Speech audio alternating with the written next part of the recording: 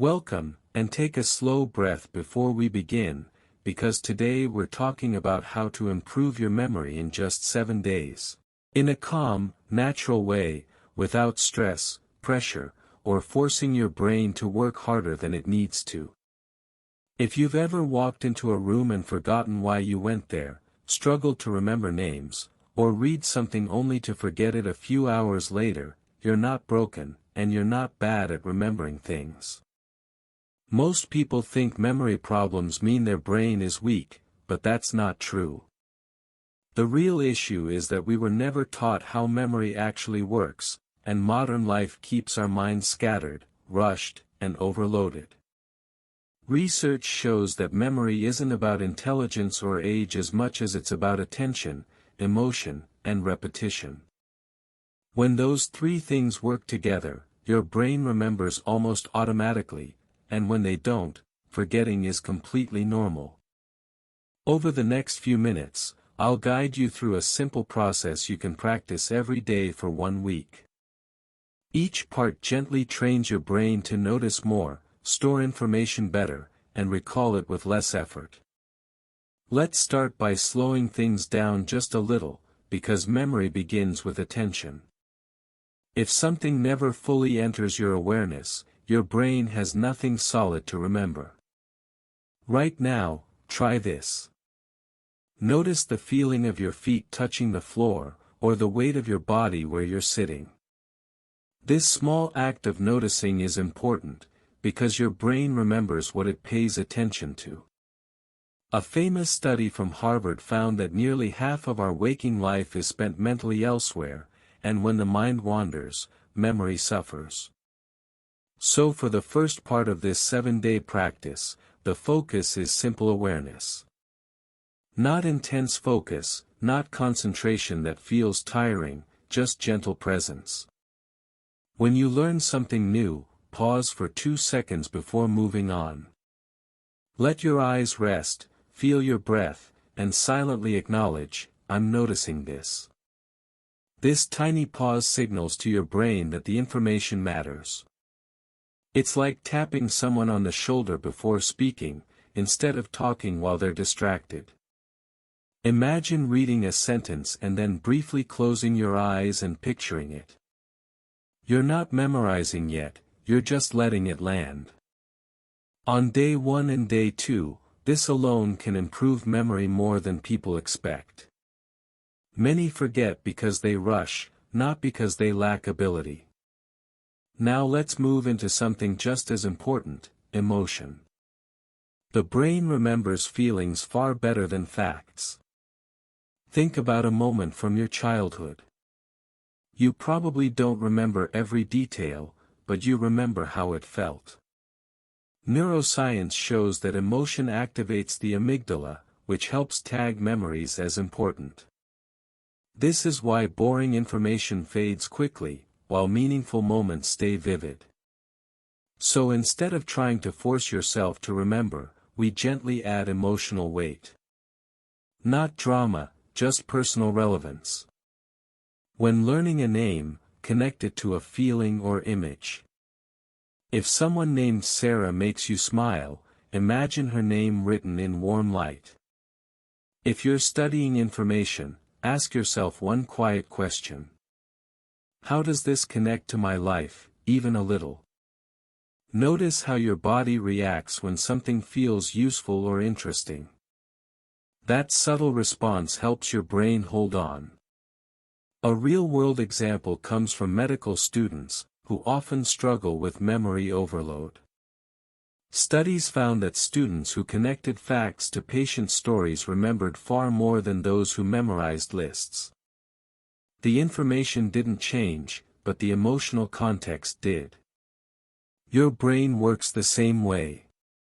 During days 3 and 4, practice adding meaning. Noticing why something matters is enough. Now let's gently shift into repetition, but not the kind that feels exhausting. Memory improves with spaced repetition, not cramming. Your brain strengthens connections when information is revisited after a short break. Think of it like walking the same path on different days, making it clearer each time. Instead of rereading everything, recall it lightly. Close your eyes and ask, "What do I remember?" This act of retrieval strengthens memory more than passive review. Psychologists call this the testing effect, but it's really just gentle recall. Try this now. Think of one idea you've heard so far, and quietly bring it back to mind. Notice how recalling it feels different from rereading it. That effort is your brain growing stronger. On days 5 and 6, revisit what you learned earlier in the week. Just for a minute or two. No pressure, no judgment. Even partial recall helps. The final part of this 7-day process is rest and trust. Memory consolidates when the brain is relaxed, especially during sleep. Research shows that sleep helps move memories from short-term storage into long-term memory. This is why learning right before rest can be powerful. Before bed, gently reflect on one thing you learned that day. Don't force it, just let it drift through your mind. Imagine placing the memory on a shelf and allowing your brain to take care of it overnight. This sense of trust reduces anxiety, which actually improves recall. On day 7, notice how different your relationship with memory feels. You may feel calmer, more confident, and less frustrated. That shift matters, because stress blocks memory, while ease supports it. The more relaxed you are, the more your brain opens up. Improving memory isn't about pushing harder. It's about working with how your brain naturally functions.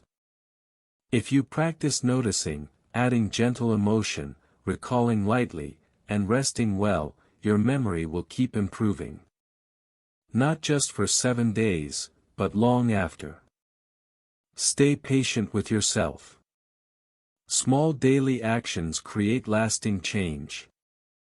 If you found this helpful, try applying it today with one small thing. And if you'd like more calm, practical brain training like this, you might enjoy staying with the channel. Now let's continue gently, building on what you've already started to feel, because improving your memory isn't just a technique, it's a relationship you develop with your own mind. And the more familiar and friendly that relationship becomes, the more naturally remembering begins to happen. One of the biggest hidden enemies of memory is self-pressure. The moment you tell yourself, "I must remember this," your body tightens, and your brain shifts into a mild stress response. Stress releases cortisol, and cortisol interferes with the brain's ability to store and retrieve information.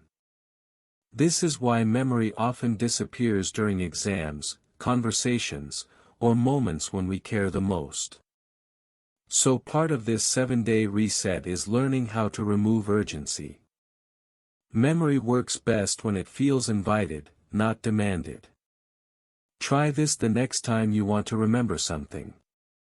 Instead of saying, "Don't forget," quietly say, "I'll come back to this." Notice how your body relaxes just a little when you do that. That relaxation creates the mental space memory needs. There's a powerful real-life example of this from musicians. Professional performers often remember long, complex pieces not by forcing recall, but by trusting muscle memory and emotional flow. They practice calmly and consistently, and then let go during performance. Your brain remembers in a similar way. Another gentle shift that helps memory is turning information into movement. The brain loves action, even small ones. When you stand up, gesture, or change posture while learning, different neural networks activate. This makes memories richer and easier to retrieve. Try reading something important while slowly walking. Or explain an idea softly out loud, even if no one is listening. Notice how speaking engages your breath, your mouth, and your attention. That physical involvement anchors memory more deeply. Studies on embodied cognition show that learning tied to movement is remembered longer. The body becomes part of the memory system. As you move through the week, start noticing patterns in what you remember easily. Pay attention to when memory feels effortless. Is it when you're relaxed? When you're curious? When you feel emotionally connected? These are clues from your brain, not coincidences. Your mind is showing you how it wants to learn. Another powerful technique is chunking, but we'll approach it gently. Chunking simply means grouping information into meaningful units. Your brain already does this naturally. Phone numbers, melodies, familiar routes, all work because they're grouped. Instead of remembering 10 separate facts, you remember one small story. Stories are memory-friendly by design. If you're learning something new, try turning it into a simple narrative. Beginning, middle, end. Even technical information can become a story of cause and effect. This creates flow, and flow reduces mental friction. A classic study showed that people remembered random words far better when they linked them into a story. The brain prefers coherence over chaos. Now let's talk about forgetting, because this part is important. Forgetting is not failure, it's part of learning. When the brain forgets and then relearns, the memory becomes stronger. This is called reconsolidation, and it's how durable memory forms. So if you forget something and then recall it later, you've actually helped your brain. This reframes forgetting as progress. Notice how relieving that feels. Less pressure, more patience. Another subtle habit that improves memory is teaching. When you explain something, your brain organizes it more clearly. You don't need an audience. You can teach an imaginary person, or simply explain out loud to yourself. This activates deeper processing and reveals what you truly understand. What you can explain calmly, you tend to remember well. As the days pass, your confidence will begin to shift. Not because your memory is suddenly perfect, but because you trust it more.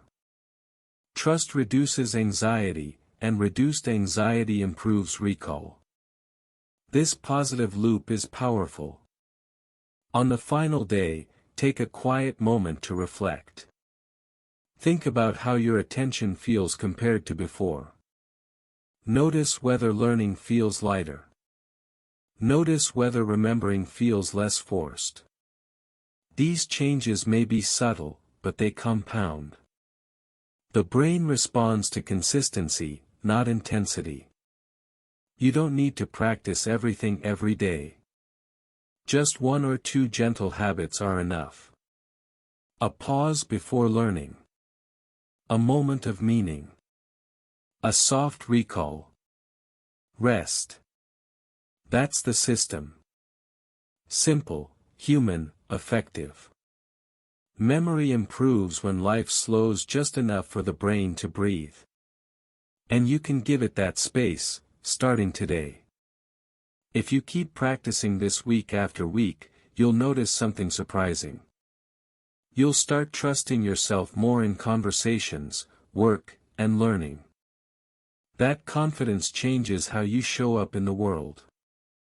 And that, in turn, reinforces memory even further. If this approach resonates with you, come back to it tomorrow. Revisit it gently, like a familiar path. And if you want more calm, practical ways to train your brain without pressure, staying connected with the channel can support that journey. For now, take one slow breath, notice what you remember from this moment, and let your brain do what it already knows how to do.